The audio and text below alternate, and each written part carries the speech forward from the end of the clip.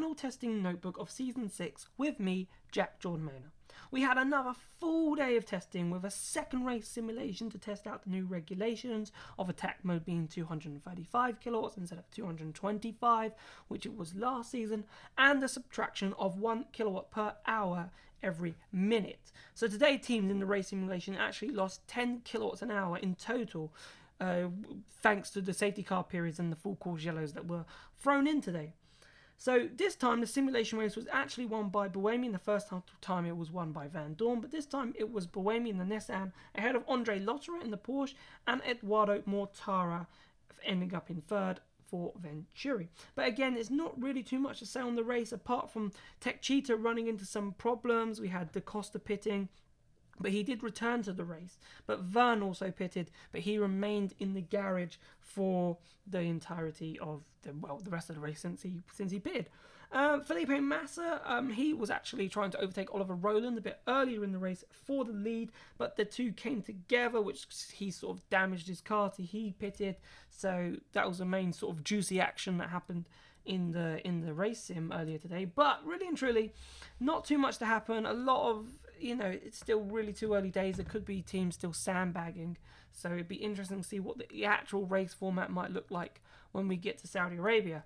So let's look at the lap times for today. And it was BMW this time who ended the day fastest, but ended testing fastest like they did 12 months ago. So they ended testing fastest with Maxi Gunther setting a 1 minute 15.087. Sims was in 7th with a 1 minute 15.359. So in total, BMW did 99 laps in total. So a really strong test for them. It'll be interesting to see if they can carry on from this, because remember last season they finished the test session fastest. Everyone thought they might walk the season, which it didn't turn out to be like that. Oh, actually, just remembering on my notes here, Sims did crash in the morning session. It was on a qualifying sim actually, and he just went too quickly into the chicane for turn 1 on the start finish rate, the dummy chicane that they've put in, and he hit the right suspension, knocked that out, so had to stop, caused a red flag. But the only sort of problem really BMW faced today, apart from that, was a really good day. Really strong test session. Can they bring that into Saudi Arabia, which they sort of did last season, obviously with Da Costa winning the race, and they started well, strong in Marrakesh, but it fell away. So it'd be really interesting to see if BMW can keep this pace up for the remainder of the season. Looking at Mahindra, because they had a really good day as well, because Pascal Wehrlein, he ended up in P2 with a 1 minute 15.190, which was the fastest time in the morning session. Before that was eclipsed by Maxi Gunther in the afternoon session. D'Ambrosio was P8 with a 1 minute 15.484, and in total they did 88 laps. So a really good day from Mahindra. It was really interesting to see what their day would be like, considering the first 2 days it was sort of in the midfield. But Pascal Wehrlein's shown that Mahindra could still be a force, could still be there or thereabouts. So definitely one to look out for when we go to Saudi Arabia. But Dragon, again, Nico Müller, my star man of testing. It was just a brilliant lap time. Again, he managed to finish P3 with a time of 1 minute 15.198. A brilliant day. They did have a few excursions. Both Müller and Hartley ended off out onto the gravel again. There's been a few shots of them already this week in the gravel trap, and they ended up there again. Hartley was P14 with a 1 minute 15.682, so a really good test for Dragon. It looks like, fingers crossed, especially in the hands of Müller so far, that they've made progress, and Hartley is doing a really good job. Remember, this is more his first sort of experience. He did have a few test days with Porsche, but remembering Müller has had plenty of experience in Formula E cars before, so does have a bit more experience to draw on than Brendan Hartley. But a really strong day for Dragon, and that driver pairing could actually turn out to be one of the stronger ones this season. So I'm really looking forward to Dragon season. I'm hoping for them that they can really kickstart their season and pick up where they left off in like season 3 and season 2 and sort of forget season 4 and 5. And it'd be good to have another team pushing in that midfield like Dragon haven't been really in the last couple of seasons. So Tech Cheetah, again, a really good test from them, barring the problems in the race sim. Da Costa was P4 with a 1:15.293, and Jevin P9. They did 73 laps in total. So again, a really good test session from Tech Cheetah. They're going to be there or thereabouts. They've done really well. So it'll be interesting to see what they can do when we get to Saudi Arabia. Jaguar.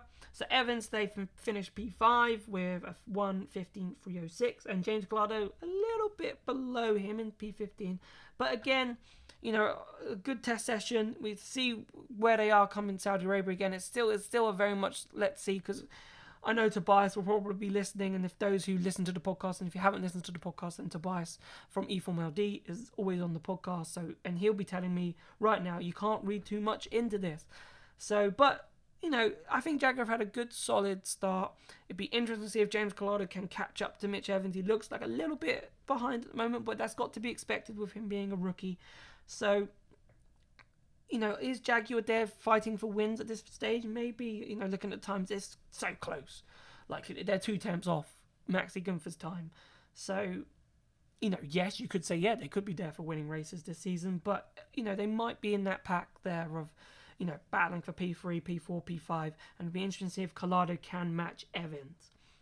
Now, Virgin Racing, the team that was the fastest in the first 2 days. Not that fast today, but, they've still had an amazing test session. So Robin Friends was P8, Sam Bird P13, but as I said, a great test, being fastest in the first 2 days. They've looked quick. They look like they've got a car that can challenge this season. So fingers crossed that, for Virgin Racing, that they can actually push for a title, because they show signs of it every season, but it sort of fades away. So hopefully this season they can really push for it. Nissan, Roland was in P9 and Sebastian Buemi in P6. Obviously, Buemi won the sim race, so they look much more ready. They look like a team that can fight for race wins this season. Obviously, technically, they might have one from the sim race, but you can't read too much into that. But, a really good start, positive. The car is quick, so a really good start, good baseline for Nissan. So we'll just be seeing again, can they carry on? They seem to maybe look like, hopefully for them, solve their efficiency issues. So if they've done that, then which they started to get to grips with at the end of last season, they might be in a position again to start challenging for race wins. So I wouldn't count out Roland or Buemi, and we know how good both of those drivers are.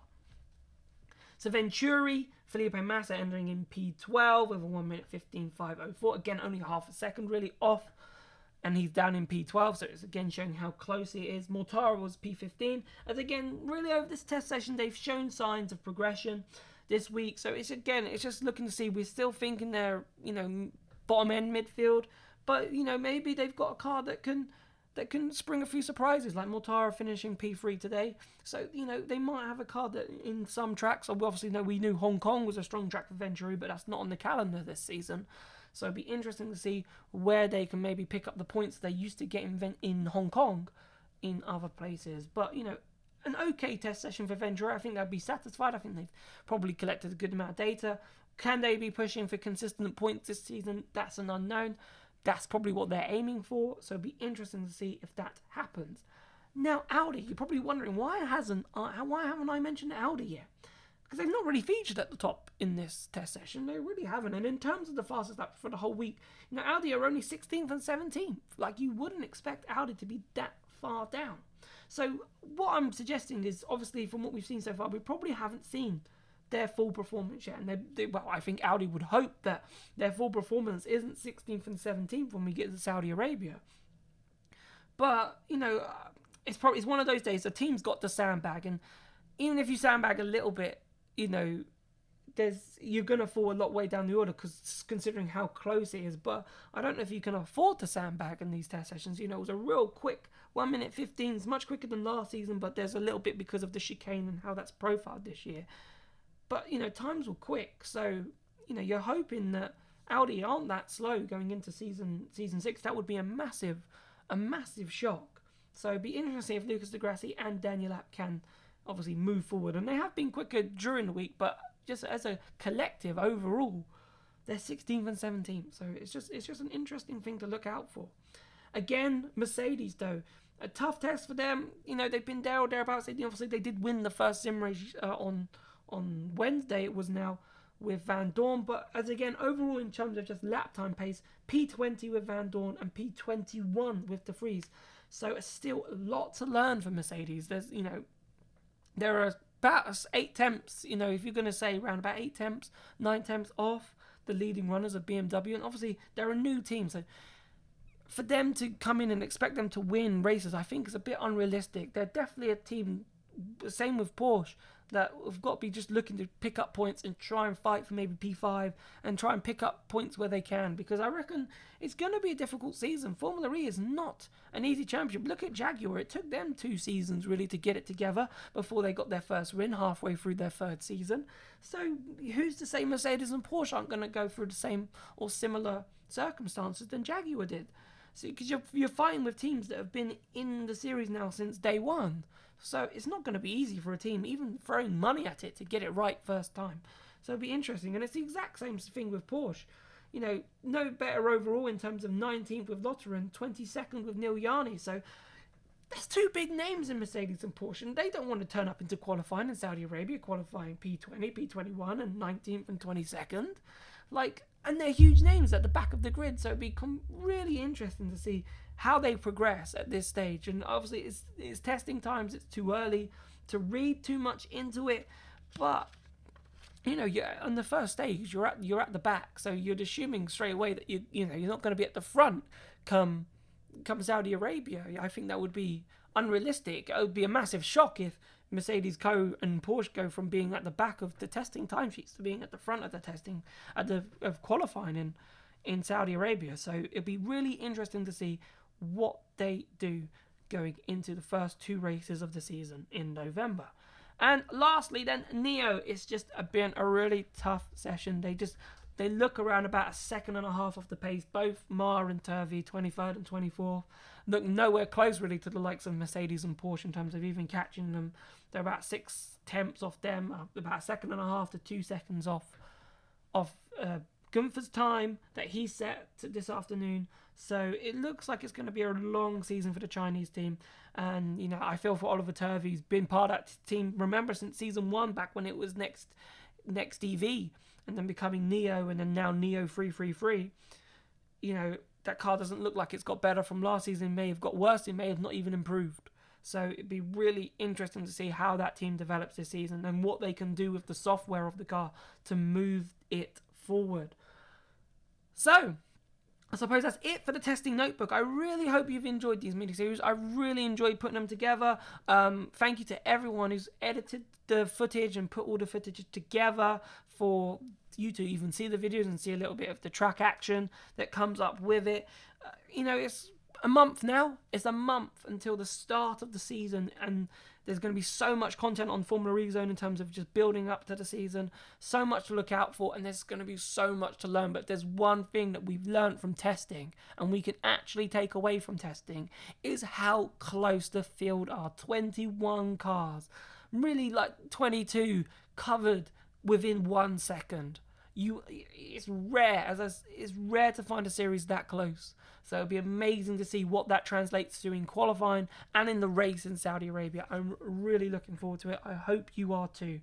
Thank you so much for listening. Please like the video if you liked it. If there's anything you want us to do in the future or any ways you want us to improve, please put them in the comments. We're always open to improving our content. If you're really enjoying the content, can't wait for the new season, hit that subscribe button. There's going to be plenty more videos on the way from each race, the mailbox, the podcast. There's plenty to look out for on YouTube in terms of Formula E Zone content. So that's it really. Have a wonderful month until November. So we'll see you very soon. Bye-bye.